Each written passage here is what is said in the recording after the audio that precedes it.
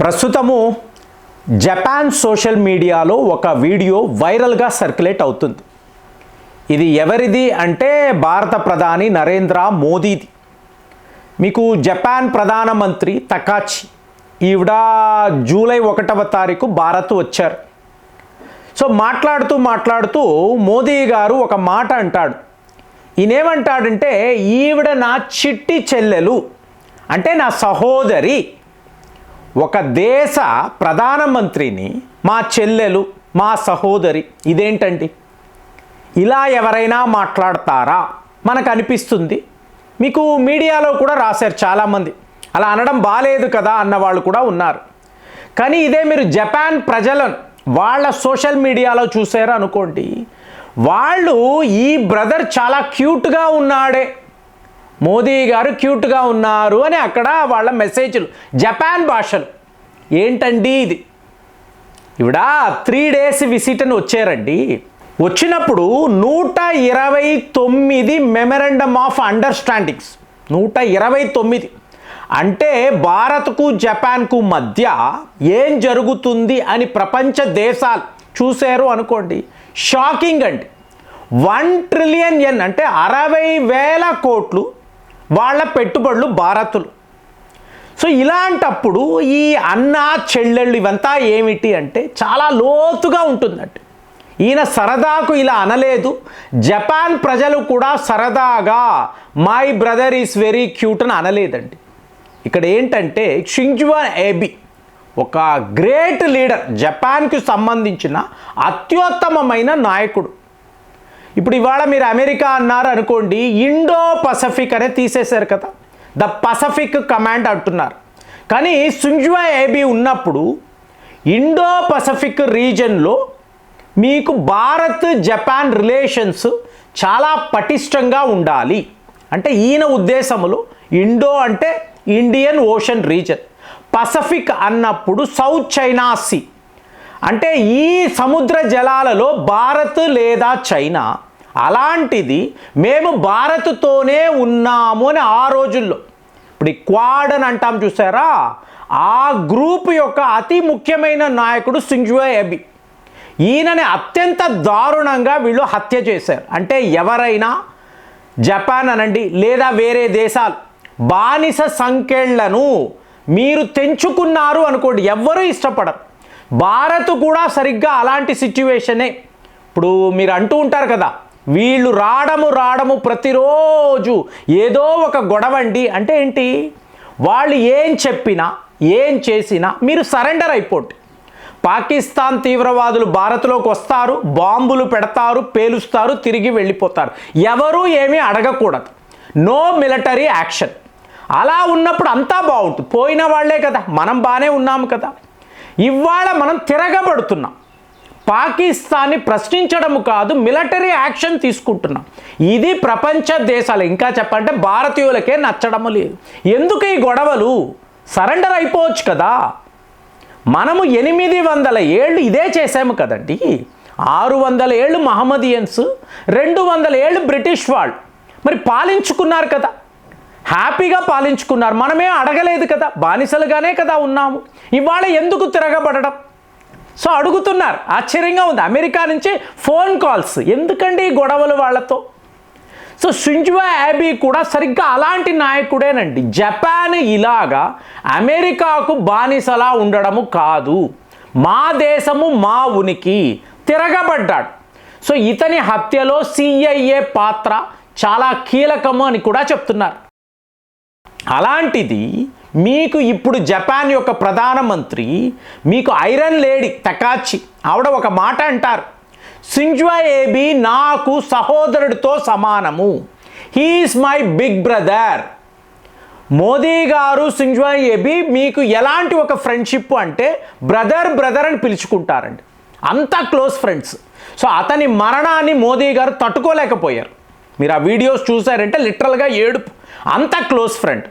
So ఇప్పుడు తకాచి యొక్క brother Shinzo ఏబే అన్నప్పుడు ఆటోమేటిక్గా మోదీ గారి చెల్లెలు ఈవిడ, ఇది మీనింగ్ చూడండి. ఎంత డీప్గా ఉందో.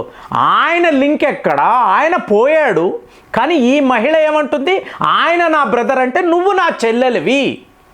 సో ఇది జపాన్ ప్రజలు ఇమీడియట్గా గ్రహించి అద్భుతమని మెసేజ్లు.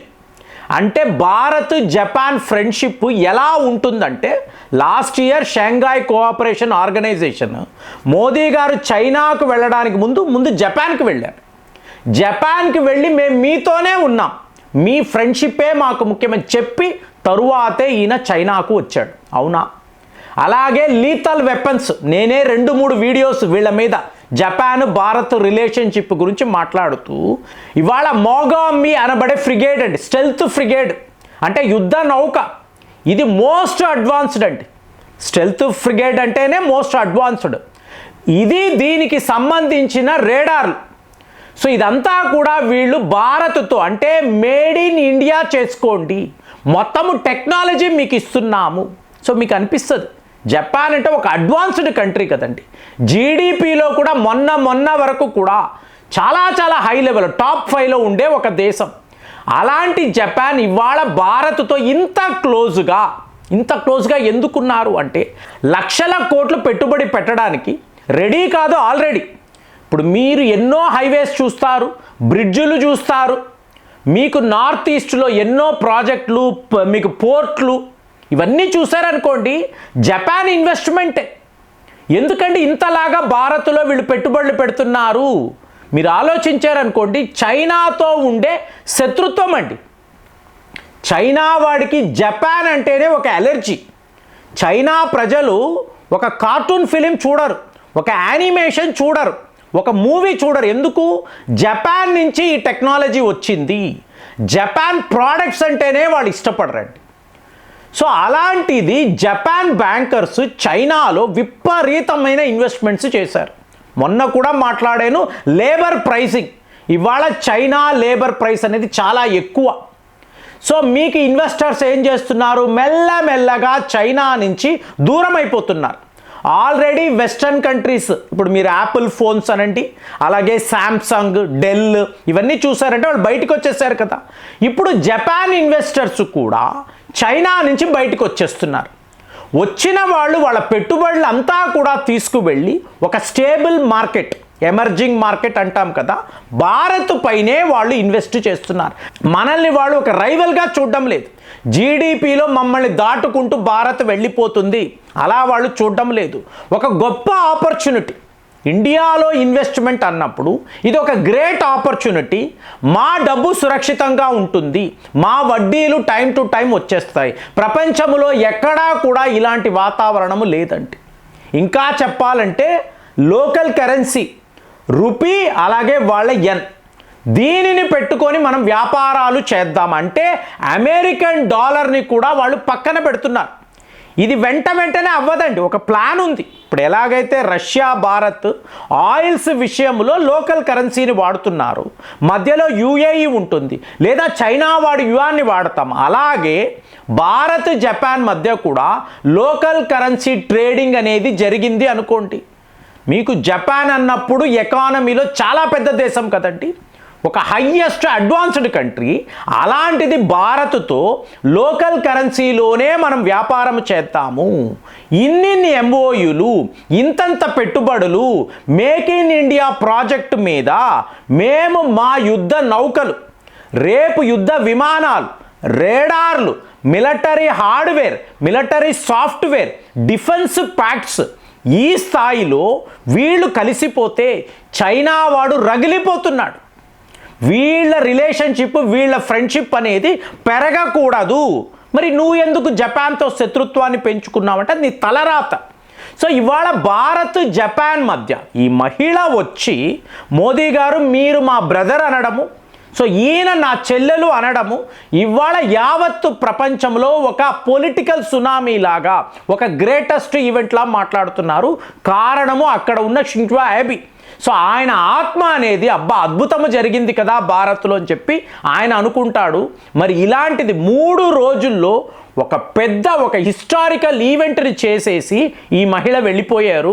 మరి భారత్లో జపాన్ ఈ స్థాయిలో ఇన్వెస్ట్మెంట్స్ చేస్తున్నారు అంటే భారత్ యొక్క భవిష్యత్తు, వాళ్ళ టెక్నాలజీని మనం అడాప్ట్ చేసుకున్నప్పుడు భారత్ యొక్క పరిజ్ఞానము ఏ స్థాయిలో పెరుగుతుంది? మీకేమనిపిస్తుంది? కామెంట్స్లో రాయండి. మళ్ళీ వచ్చే వీడియోలో కలుద్దాం. జై హింద్.